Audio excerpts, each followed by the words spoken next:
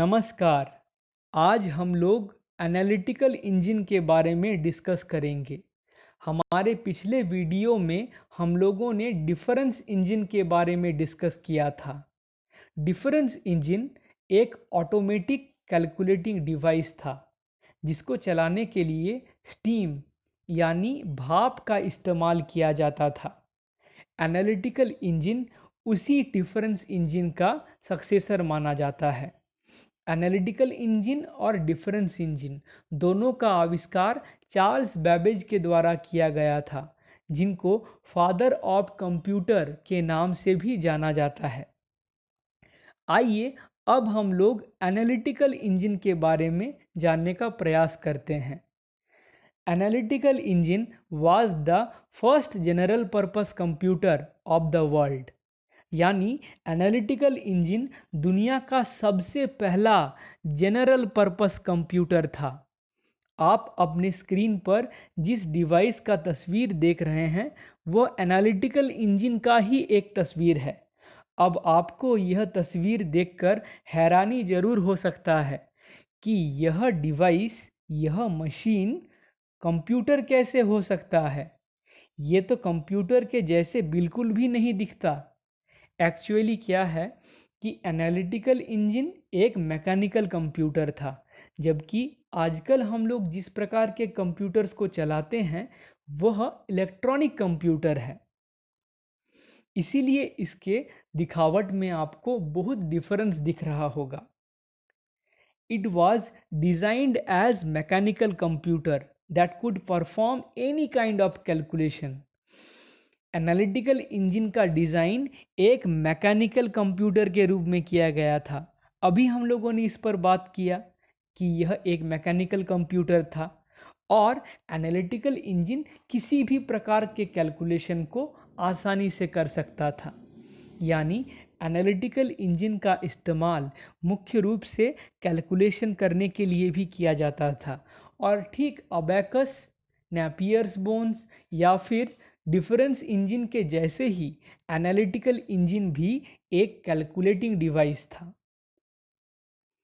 The machine had 4 components: the mill, store, reader and printer.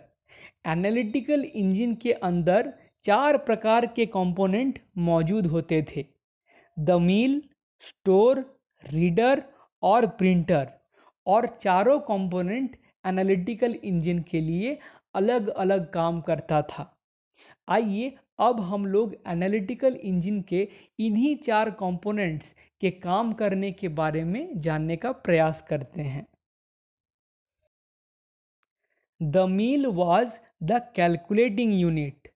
यानी analytical engine के अंदर मौजूद मील नाम का कंपोनेंट उसका कैलकुलेटिंग यूनिट था और मील ही एनालिटिकल इंजन के लिए कैलकुलेशन का काम करता था।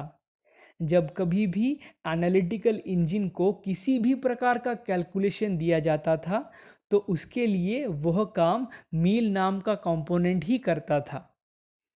The store was the storing unit where data is saved. अब नाम से ही आपको लग रहा होगा कि नाम में ही जब स्टोर है तो जरूर कुछ स्टोर होता होगा। एनालिटिकल इंजन के अंदर मौजूद स्टोर नाम का कंपोनेंट उसका स्टोरिंग यूनिट था, जिसमें किसी भी प्रकार के डेटा या इंफॉर्मेशन को सेव करके रखा जा सकता था, स्टोर करके रखा जा सकता था। The reader was the input device. Reader नाम का कंपोनेंट एनालिटिकल इंजन का इनपुट डिवाइस था, जिसकी सहायता से यूजर एनालिटिकल इंजन को किसी भी प्रकार का इंफॉर्मेशन दे सकता था। The printer was the output device. और एनालिटिकल इंजन के अंदर मौजूद प्रिंटर नाम का कंपोनेंट उसका आउटपुट डिवाइस था, जिसकी मदद से एनालिटिकल इंजन यूजर को कोई भी आउटपुट प्रोवाइड करा सकता था। Analytical engine was invented by Charles Babbage in 1837 और एनालिटिकल इंजन का आविष्कार चार्ल्स बैबेज के द्वारा 1837 में किया गया था। अब इसके बाद जिस पॉइंट के बारे में हम लोग बात करेंगे वह एनालिटिकल इंजन का पॉइंट नहीं है, वह एनालिटिकल इंजन के ही प्रेडिसेसर यानी डिफरेंस इंजन के बारे में है। Between 1847 to 1849, Babbage completed another model of difference engine. This model was also simple than first one. 1837 में जब चार्ल्स बैबेज ने एनालिटिकल इंजन का आविष्कार कर लिया, उसके बाद उन्होंने डिफरेंस इंजन पर फिर से काम करना शुरू किया 1847 से 1849 के बीच, और उन्होंने डिफरेंस इंजन का ही और एक मॉडल तैयार किया जो कि उसके पहले मॉडल से बहुत सिंपल था। याद रखिएगा, यह पॉइंट जो है एनालिटिकल इंजन का नहीं है, यानी 9वां पॉइंट। एनालिटिकल इंजन के बारे में 8 पॉइंट ही है। आज हम लोगों ने एनालिटिकल इंजन के बारे में जाना।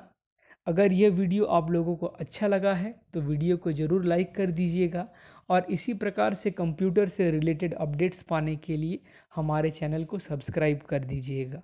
धन्यवाद।